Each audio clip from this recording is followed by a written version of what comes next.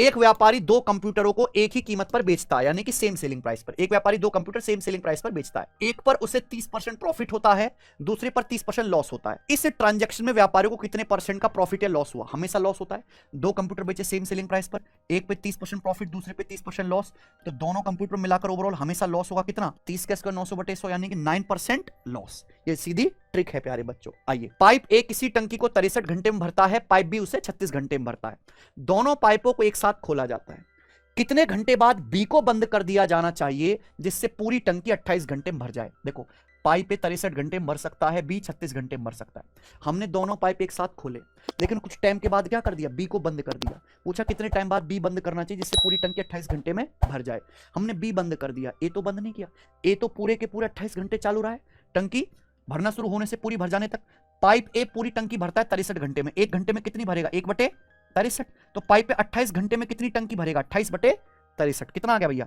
7 चौक 28, 7 राम 63, यानी कि 4/9। तो पाइप ए टंकी का 4/9 हिस्सा भरेगा। तो बाकी टंकी कौन भरेगा? Pipe B. पूरी टंकी 1 है, 1 में से 4/9 भरी पाइप ए ने, तो पाइप बी भरेगा टंकी का 5/9। पाइप बी पूरी टंकी 36 घंटे में भरता है, तो टंकी का 5/9 हिस्सा भरने में पाइप बी को कितना समय लगेगा?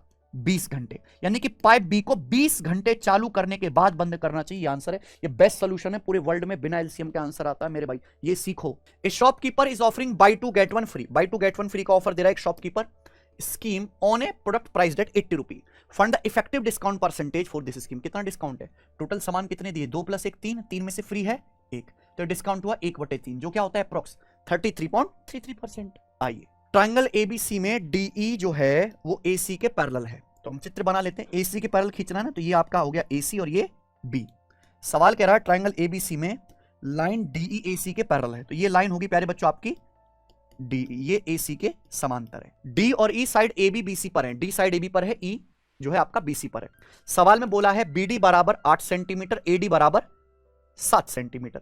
तो ट्रायंगल बीडीई के एरिया और ट्रेपेजियम एडीईसी के एरिया का रेशियो क्या है? दो लाइन पैरेलल है, तो यहाँ पे दो ट्रायंगल दिखाई दे रहे हैं, छोटा वाला और बड़ा वाला। दोनों ट्रायंगल कैसे? सिमिलर। छोटे ट्रायंगल में साइड कितनी? 8। बड़े ट्रायंगल में से करस्पॉन्डिंग साइड कितनी है? 15। तो छोटे ट्रायंगल में प्यारे बच्चे करस्पॉन्डिंग साइड का रेशियो, एरिया का रेशियो क्या आएगा? इसका स्क्वायर 8 का स्क्वायर 64 और नीचे 15 का स्क्वायर 200। ये छोटे बड़े ट्रायंगल के एरिया का रेशियो आ गया प्यारे बच्चों। यानी कि छोटे ट्रायंगल का एरिया 64 है, तो पूरे बड़े ट्रायंगल का कितना है? 225। तो इस ट्रेपेजियम का एरिया कैसा आएगा? बड़े ट्रायंगल में से छोटे का घटा दो, 225 में से 64 घटाएंगे यानी कि 161, ये आंसर आएगा, है ना। वैसे भी 8 का वर्ग 64 ही आना था, ऊपर एक ही ऑप्शन है। दो पॉजिटिव नंबर का डिफरेंस 2639 है,